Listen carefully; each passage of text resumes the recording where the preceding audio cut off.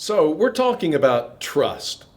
Trust is the currency that we exchange in relationships. The more of it we accumulate, the more smoothly our relationships flow. Last week, we saw that trustworthiness begins with telling the truth. Today, we want to add to that the importance of keeping our promises. This was an important issue in Jesus' time because some of his contemporaries had fallen into the habit of connecting their promises to various religious items associated with their temple. The more valuable or holy the item was that they swore by, the more committed they were to keeping their word. And Jesus just told them to stop it. In Matthew 5:37, he says, "Simply let your yes be yes and your no, no." In fact, he said anything beyond that is from the evil one. Now think about it. The promises that you make and the promises that you keep define who you are more than anything else about you. You know, your hair color can change. Your waist size can certainly expand or shrink. Your intelligence can grow and diminish over time. Even your interest in things comes and goes. That's certainly been the case with me. The two things about me that have been constant throughout my life have been, number one, my relationship with my Lord, and secondly, my relationship with Janice, my wife. At 10 years old, I promised to follow Jesus wherever he led me. And at age 19, I vowed to be a husband to Janice until death do us part. I'm now 52.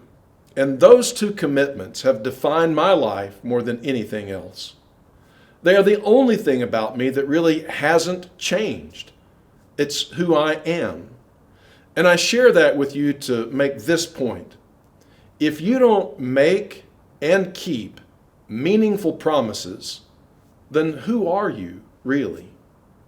You're nothing but something that's changing all the time, morphing as your emotions flow this way and that.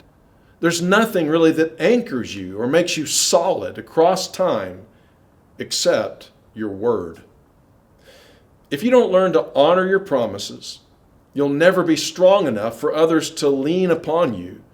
Your foundation in reality will be so weak that the hopes and dreams that others who rely upon you will never be able to be secure.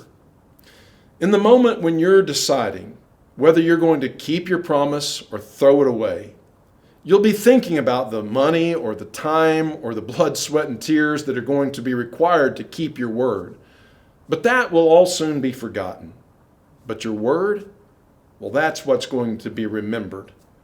So let's become the kind of people in the church that when the world talks about us, they say, you know, I may not believe everything that they believe, but when they make a promise, I believe them.